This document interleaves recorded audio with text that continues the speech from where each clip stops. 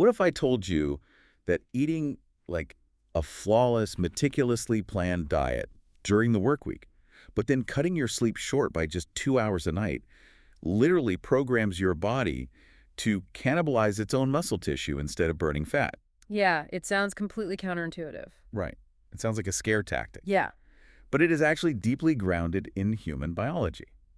So welcome to today's deep dive. Glad to be here.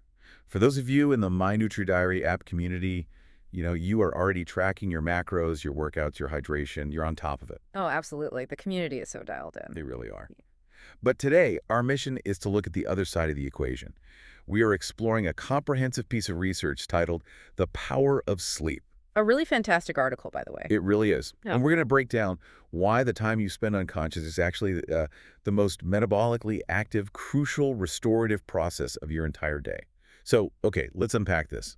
Yeah, let's do it. It's a vital shift in perspective, really, because for so many people, especially those who are, highly driven to optimize their health or their productivity, sleep is just viewed as this biological nuisance. Like an inconvenience. Exactly, just a state of doing nothing. But the moment you drift off, this massive, highly coordinated shift in your physiological machinery begins. It's like flipping a switch. It really is. And if we establish the absolute baseline here, the National Sleep Foundation guidelines, they recommend 7.5 to 8.5 hours of sleep each day for healthy adults. Okay, but let me push back on that 8-hour block for a second because it feels a bit arbitrary. Yeah. Almost like a modern invention, tied to the Industrial Revolution or something. Right. Like, historically, humans didn't always sleep in one continuous 8-hour chunk. If someone gets 4 hours, wakes up for a bit, and then gets 4 more, are they still getting that mechanical overhaul, or is that just fragmenting the whole system? That's a great point to raise. The historical reality of biphasic sleep is fascinating. And the system is somewhat adaptable, sure, but the core issue isn't just the total number of hours you log. Right. It's really about whether your brain has the uninterrupted runway to complete specific sequential cycles. The sleep cycles. Yeah. The 7.5 to 8.5 hour recommendation exists because it reliably allows your body to run through 4 to 6 complete sleep cycles. I see. And when we don't complete those cycles, we don't just, feel groggy the next day. The body actually remains in a sympathetic nervous system state. Which is your fight or flight mode. Exactly. Your cortisol levels just don't drop. And over time, that chronic physiological stress is directly linked to severe systemic health issues. We're talking obesity, diabetes, hypertension, cardiovascular disease. Wow. So the lack of sleep literally keeps the pressure valves open. It really does. It's constant stress on the system. So sleep isn't just turning off the engine. It's like bringing the car into the pit stop for a full mechanical overhaul. Oh, I love that analogy. Yes, a full mechanical overhaul. But if we want to understand how those cycles actually alleviate that pressure, we need to look under the hood. If sleep isn't just a flatline state, how is it actually structured? It is highly architectural. When you first get into bed, you are in the wake phase, typically for only like 1 to 5 minutes. Hopefully. Right, hopefully. And then you begin a descent into a very specific regulated map of phases. You move from the wake phase into N1, then N2, down into N3, back up to N2, and finally into REM. REM being rapid eye movement. Yes. And that entire sequence, the descent and the ascent, it takes about 90 minutes. Okay, I want to focus on that descent for a second, starting with N1 and N2, because these are the non-rapid eye movement, or NREM, phases, and the sources refer to them as light sleep. But light implies dispensable, which doesn't seem to fit the biological imperative we're talking about here. No, not at all. Light is definitely a misnomer. A much better way to conceptualize N1 and N2 is as the crucial sorting phase. Yeah. Primarily, these stages aid in memory consolidation. Think about it. Throughout the day, your brain is taking in massive amounts of sensory data and holding it in short-term memory. Right. During N1 and N2, your brain is essentially taking that short-term cache and deciding what needs to be filed away into long-term storage and, well, what can just be deleted. Oh, wow. So it's literally like defragmenting a hard drive. You are clearing out the RAM so the computer can actually boot up and run fast the next morning. That is a highly accurate way to put it. And if you skip that defragmentation, your cognitive processing speed the next day is noticeably sluggish. We've all felt that. Oh, definitely. Yeah. But once the brain finishes that initial sorting, you drop into N3. And this is universally recognized as deep sleep. And this is where the major physical restoration takes place, right? Yeah. N3 is the heavy machinery phase. Yes, exactly. Yeah. During N3, your body is actively repairing and regenerating tissues. Evolutionarily, it makes perfect sense. How so? Well, the body waits until you are safe, stationary, and not expending energy on, like, hunting or gathering. Right, you're just lying in a cave. Exactly. And that's when it deploys its most resource-intensive repairs. It boosts the immune system, deploying macrophages and T cells. And critically, N3 is when the pituitary gland secretes human growth hormone in these large pulses. Which is huge for the fitness community. Massive. That hormone is absolutely vital for muscle and bone growth, cellular repair, and overall athletic recovery. So N3 deep sleep is the biological mechanic that's actually repairing the micro tears in your muscles from that day's workout. You got it. But then the cycle doesn't just stay there. We come back up to N2 and then enter REM.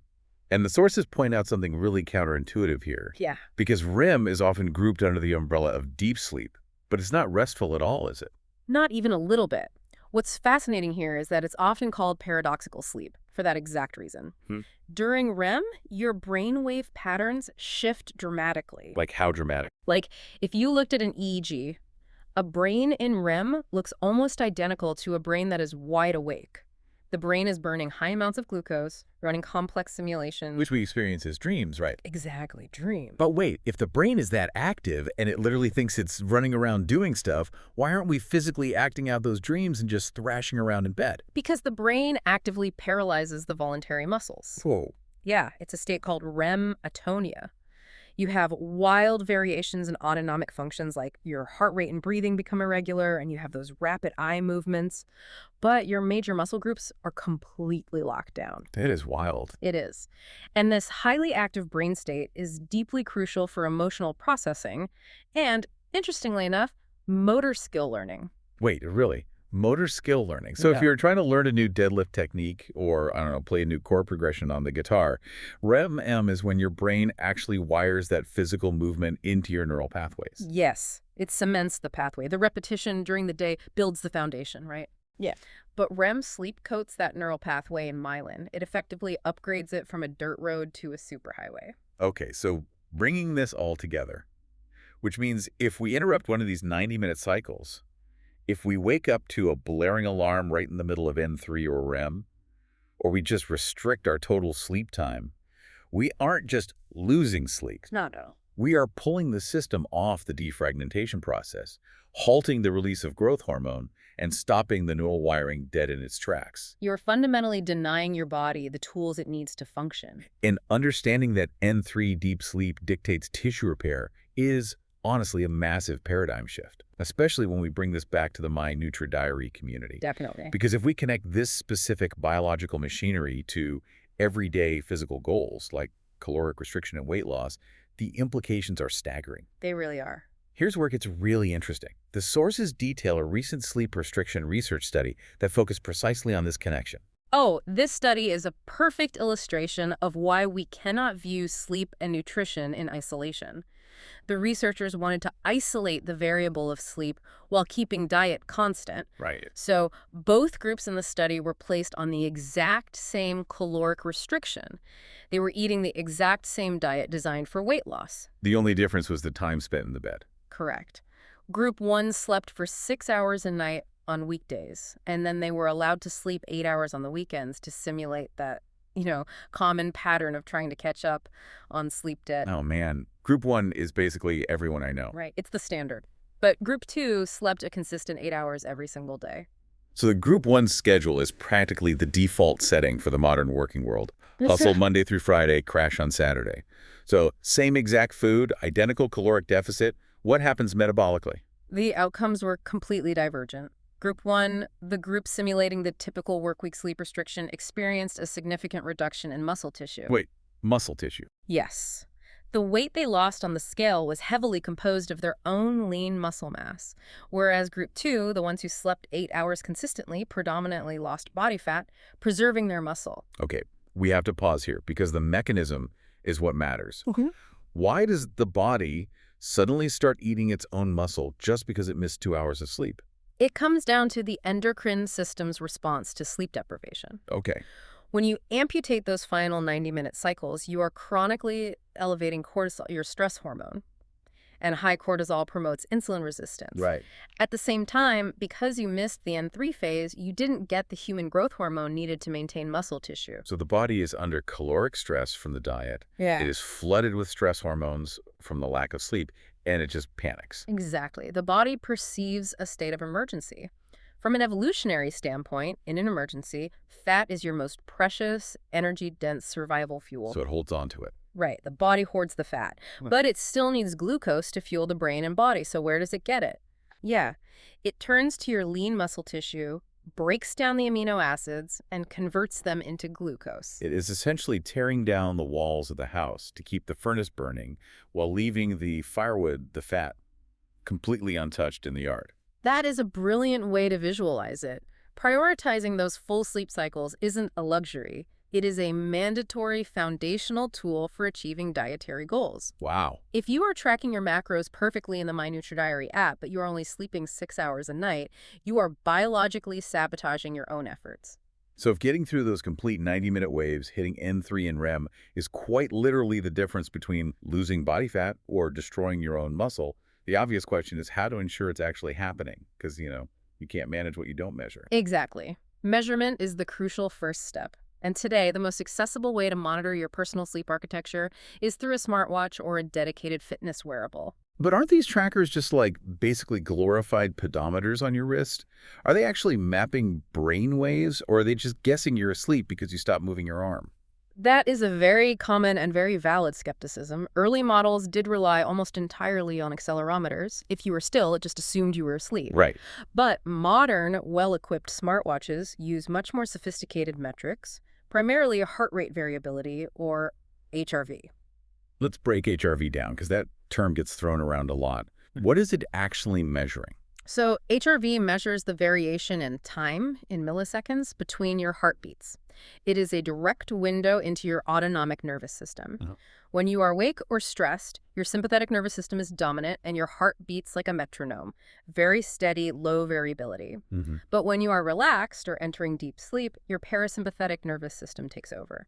The time between beats starts to vary more, so high HRV indicates recovery. By combining HRV data with optical blood flow sensors and movement data, sophisticated algorithms can accurately map when you shift from the light N1 and N2 phases into the deep N3 and REM phases. And that data can then be integrated right alongside your nutrition data in the app.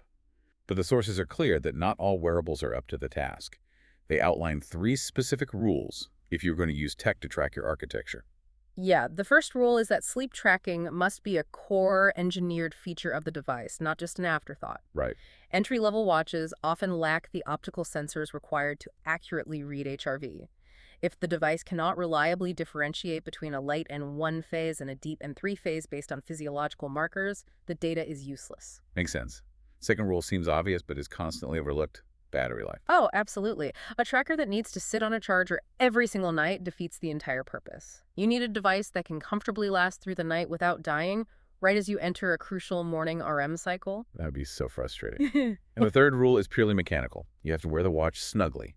Yes. If it's loose and sliding down your forearm, those optical sensors are just reading ambient light instead of the blood flow into your skin. But here's the thing about tracking. Knowing you had terrible sleep architecture doesn't actually fix the sleep architecture. Right. The wearable is just the diagnostic tool. Exactly. The sources dive into sleep hygiene, but I want to look at the mechanisms behind these tips. Because an informed audience already knows they shouldn't, like drink an espresso at midnight. Let's look at the more insidious traps.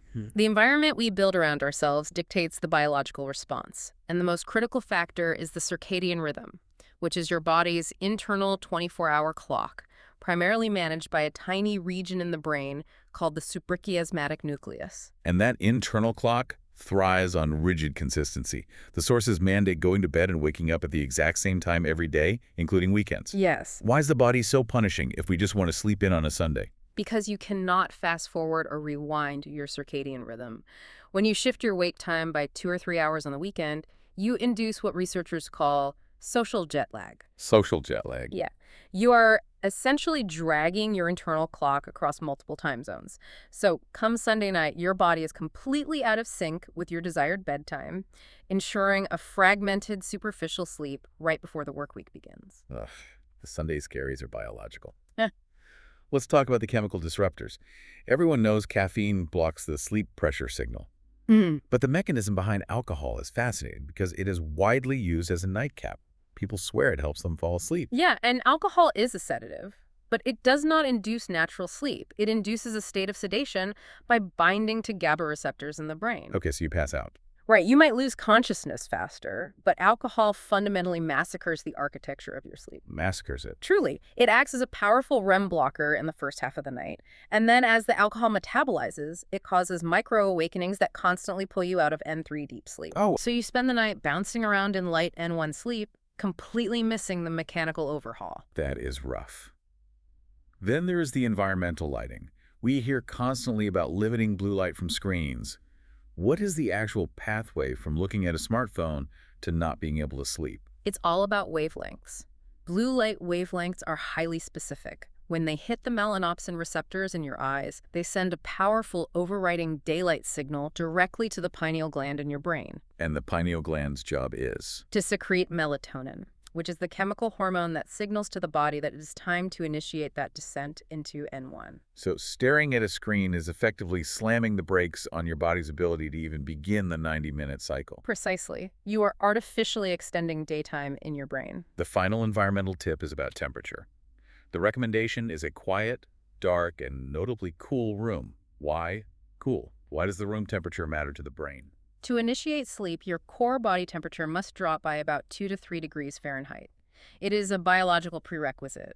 If your room is too warm or your blankets are too heavy, your body struggles to dump that core heat, which significantly delays the onset of sleep and reduces the amount of time you spend in N3 deep sleep. You essentially have to build a cave.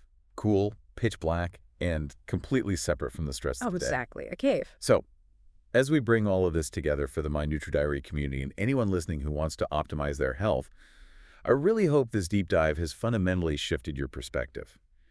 Sleep is not a passive tax on your time. It is a highly active, 90-minute cyclical journey. It is the foundation that makes everything else work.